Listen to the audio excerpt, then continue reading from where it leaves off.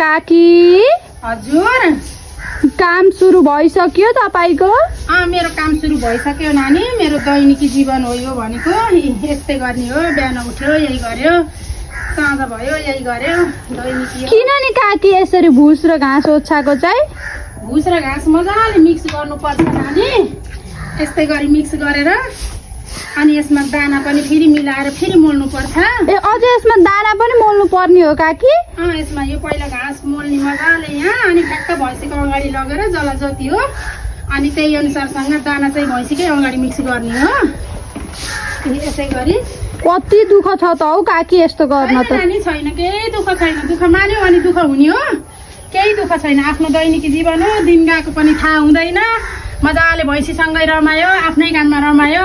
कति रमाइलो हौ काकी काम गर्दा पनि। रमाइलो छ नानी, दुःख भन्ने केही छैन। आनन्दले गर्यो, रमायो।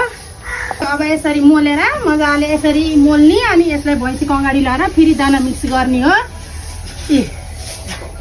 अब यो रेडी भइसकेको घाँसलाई यसरी उठाएर भैँसीसम्म पुर्याउँछु। अब यी भैँसीलाई यसरी राखिदिएर ल हेर्नु। अब यसमा दाना मिक्स गर्नुपर्छ।